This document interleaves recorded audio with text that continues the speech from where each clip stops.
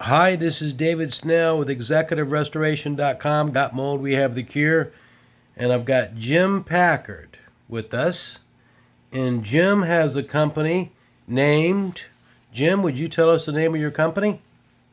Sure, David. It's Control Environmental Group Okay. out of Fort Collins, Colorado. Okay, Fort Collins, Colorado. Welcome, Jim. Thank you so much for being with me today again. It's always a pleasure and a joy to have you. And what Jim and I are going to be talking about is one of the things we're going to discuss is, can you paint over mold? Jim, there's so many people that I see that are painting over mold. And I just don't understand why they're painting over mold. A lot of people are using kilts. I'm sure you probably heard of this from time to time. Oh, sure. Yeah. And would you like to... All too frequently. Yes. Would you like to talk about this briefly? Jim owns Control Environmental Group. Is that right, Jim? That's correct, yes. Okay. So Jim and I are going to talk about this. I get this question asked me all the time. Jim, I'm sure you get this quite often as well, don't you? Oh, yeah, absolutely, David. It's and I see it being done very frequently, particularly in instances where maybe there's a move out in a home or an apartment, and they've got some mold, and rather than deal with the mitigation, they paint over it. Right, right. So what typically happens then is 3-4 months later, I get a call to go in and mitigate the mold. Right. So, yeah, it's not a good practice at all. So what would you suggest that people do when they have a visible issue with mold? That do you suggest to people that they clean the mold? Do you suggest they cut it out? What are your thoughts on that, Jim? Well, typically, if it's a gypsum board drywall in the house, I recommend they cut it out. Now, there are times when surface cleaning of that will work, right? Particularly in a mildew situation as opposed to a mold, because you don't have the deep penetration that you get with mold. But hard surfaces, they can be cleaned. Structural elements, typically the cleaning is fine with those, and then painting, but never on a drywall or sheetrock. Okay. Even to seal it, I don't recommend that. And there are certainly reasons why that we could talk about. But so, if ever in doubt, cut it out. Yeah, I'll buy that. Okay. Okay. I've heard that expression used so many times, and so if it's a surface mold and it's not wet, so can they just HEPA-vac the mold up? Well, I think it needs to be HEPA-vac'd and perhaps hit with an antimicrobial. Okay. Allowed to dry and then paint over it. Okay. Okay. But it's something you really have to look at. If it's a very minor, like a mildew situation, always compare the cost of cutting that drywall out and replacing it, or just treating that surface growth. But to go in and attack a mold problem by painting over it, I'm 40 years in this industry, and it just does not work. Right, it just keeps coming back It keeps coming back. And I see so many people who have done that, and they continue to do. They just paint over it, and it just keeps coming back. And I tell people, and until you take care of the source of the problem, your problem is not going to get better. No, and of course, it was a couple years back, David, there was a research project done in lumber yards and the big box stores, right? Going in and testing the paper on drywall. Mm-hmm. And vast majority of the test were positive for mold spores on that paper. And when you paint over that, even a situation where, you know, maybe you've only had one coat of paint on this wall, but painting over that, it if the surface doesn't dry quickly, there's, you know, if you look at latex paint, for instance, it's 50% water. Some cases a little more, some cases a little less. And if that surface dries too quickly after you've painted over that mold, you can lock moisture in that gypsum and in the paper. It doesn't have time to evaporate out if that latex and the paint dries too quickly. So you're locking moisture in there, and you know, if you're looking at, we know that, for instance, mold will fire off within 24, or can fire off within 24 to 48 hours of being exposed to water. Well, it starts growing almost immediately. I mean, within a couple of days, you've got a mold growth, maybe on the back side of the face paper against the gypsum, but eventually that's gonna work its way out. Right. Yeah. So you have to be. I mean, it just does not make sense. Right. And then some other pointers we can give people as well is, I see people who have washing machines and they have these black hoses on the washing machines for the hot water and the cold water, and I see those blow quite often. So one of the other pointers I want to talk about that we can help everybody with is change your water hoses, your hot and your cold water hoses, to stainless steel braided hoses. Because especially your hot water, those hoses are under constant pressure. And when they get old enough, they blow.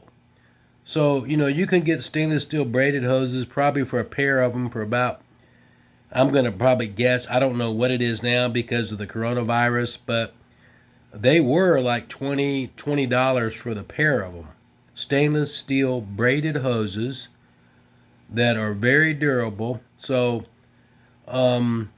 what other kind of pointers can we give people, Jim? Well, you know, there's been a big push for these mold-resistant paints with fungicide in them or what have you. And what we're finding out is that this fungicide can react with ozone in the air, particularly in the warmer weather where there's, you know, a lot of sunlight and just warm days. But that fungicide will react with ozone in the air, and it gases off a very sulfurous odor. So, you know, that in fact, I've had clients of mine who used the mold-resistant paints, and 2 years later, they were painting over it because of the odors given off when you've got a slightly elevated ozone level. Right. So that's something you certainly want to be careful of. What else? Let's see. Typically, you're going to find too that you know, this titanium dioxide and the zinc oxide in these paints, they will, I don't want to say protect mold, but they certainly allow it to very slowly grow. So, you know, you think you've got it solved, and then all of a sudden you're going to see mold growth. Right. Jim, there's so many clients that I have, and they say, well, Dave, what if we just take care of the mold in the air and we don't take care of the source of the problem. And I tell them all the time, I said, until you take care of the source of the problem, your mold's going to keep coming back and back and back. That's absolutely the case, David. And there's, to my knowledge, there is not an exception to that. If you don't take care of the problem, yes, you will continue to have mold. It will continue to get worse. And so many companies, they give the customer the price in cleaning up the mold, and they're not taking care of the source of the problem. And then it comes back, and the company may be cheaper or less inexpensive than others. But one of the questions I always have for people, okay, so they were less money, but the big secret here, or the big answer here, is to take care of the source of the problem. Now, we could have leaky pipes. We could have issues in the crawl space where the crawl space has got water damage and we have standing water. And of course, if we have standing water in the crawl space, now I don't know if you guys have crawl spaces out in Colorado. Oh, we do. We sure do. Okay, so the crawl space can affect the rest of the house.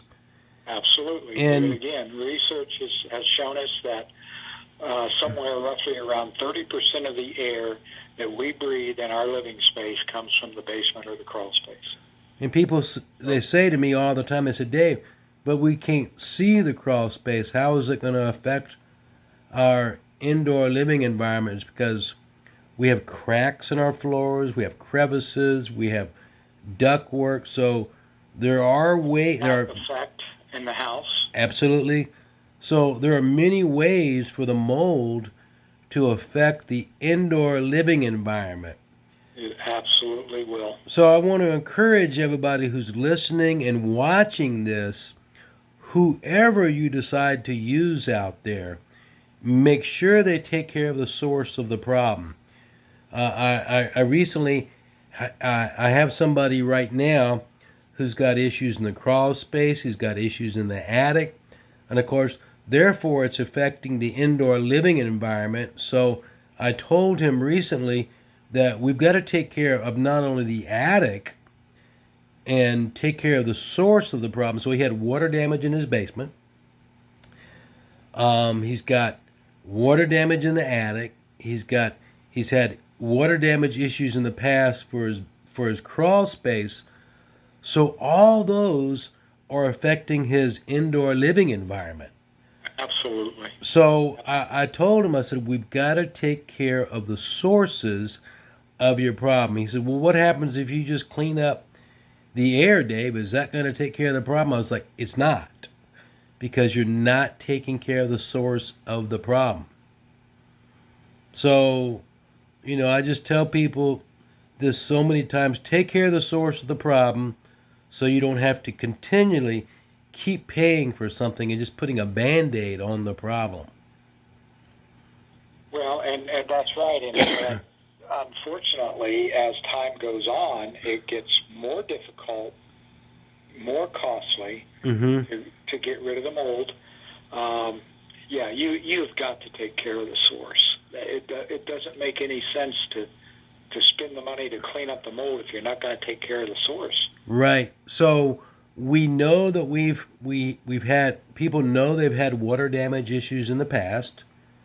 They have not been properly dried out. An antimicrobial has not been sprayed on it. Dehumidifiers weren't used. Air movers weren't used when they had them. And people who have mold, they ask me all the time, Dave, can I put air movers? Can I have them blowing on the mold? How would you answer that question? No, you can't. And the people who do are just blowing the mold spores all around, correct? Oh, absolutely. Yes, you're distributing that at probably 400 times the rate it would distribute without the blowers. And so I tell people all the time, and people say, well, Dave, what about my ductwork? Is my ductwork affected? Would you suggest when people have a mold issue in the home that they have duct cleaning, Jim? the returns and the ducts and the coils be cleaned on their HVAC? Well, yeah, I recommend that, but you have to be very careful with who you have do it.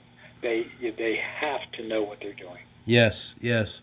And I see companies all the time who are not even trained with mold who do duct cleaning. And I told one duct cleaning company, I said, do you know what to do? Are you handling the mold problem? They said, oh, Dave, we're just hooking up to the return. We're hooking up to the vents, and we're just vacuuming things up. I said, are you not spraying anything? They're like, no. Are you not cleaning the coils? No. I was like, oh, okay. So, Well, go ahead. And so much of the time, they don't take the time to clean the squirrel cage, and that is critical. That gets cleaned. And folks, Jim Packard is referring to the squirrel cage in the HVAC unit, correct, Jim? That's right. Yes. And it's the wheel that actually moves the air, kind of like a fan, to move the air through the home, through the vent work. Correct, Jim? Yes. So I just wanted to make sure everybody understood that. Yeah, I'm sorry I didn't. Oh, no, it's okay, because there are lots of people out there who don't know what's going on. And folks, we're just here to educate you, to give you a better understanding as far as what needs to be done. And when you have water damage issues and you don't take care of the water damage issues, most of the time it's going to equate to one thing. And if it's not properly dried out, if you don't spray antimicrobial on there, it will, most of the time, 99.9% of the time, equate to one word, and that is mold. Yes. And so, I've just seen so many people, Jim, who've just let things dry out on their own. And they will dry out on their own. Like I've got another client right now. She had water damage to her home, and still to this very day, as of talking to her on Monday, this happened in December, her padding is still wet. So I asked her, why did the restoration company who came out there, how come they did not pull the pad, rip the pad out, dispose of the pad, and dry out the carpet? And she goes, Dave, I have no idea. And they still have fan blowing on top of the carpet, and the padding is still wet. And I said, no wonder you're having breathing problems. Well, and plus you have to consider as well that moisture was absorbed into the subfloor, and the pad is helping hold that moisture in the subfloor and not allowing it to be released into the air so it'll dry out. Absolutely. And I want to encourage all the viewers, all the listeners here, if you have water damage to your carpet, if you have water damage that has affected your carpet and your padding, one of the easiest things that you can do is pull the carpeting up and just cut out the padding and throw that away, and put some kind of fan or air mover underneath the carpet to get it dried out. And then if you have any antimicrobial that you can spray on there, then that's also very helpful. You know what they say about an ounce of prevention can equate to a pound of cure. And so, I just want to educate everybody out there so they have a better understanding of what needs to be done, what they can do to be more educated about water damage and about mold. And yeah, it's really critical that the knowledge that's out there is correct and not generated out of hysteria or what have you. Right. Find out what the facts are, and respond accordingly. That is great. This is all great and very useful information. Jim, thank you so much for the opportunity to share your wisdom and to share your knowledge to help others during times of water damage and mold. And they say knowledge is power, but only if we apply that knowledge of what we know to the area of concern. That's right. This is David Snell with Executive Restoration, executiverestoration.com, Got Mold, We Have the Cure.com, and Jim Packard with, do you want to tell the listeners, the viewers, how they can get a hold of you, Jim? Well, it's Control Environmental Group. Phone number is 970-493-8100. Email is my website is down right now, so it's pckrdj@aol.com.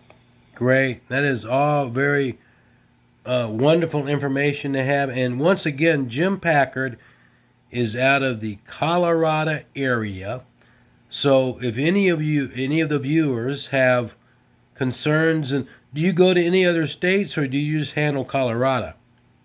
Colorado and Wyoming. Colorado and Wyoming. South Dakota sometimes. South Dakota sometimes. Good information to know. Yeah. Have job, will travel. Right, Jim? That's right. Yeah, exactly. Jim, thank you so much for the opportunity. And until our next video, this is David Snell with ExecutiveRestoration.com. Got Mold, We Have the Cure.com.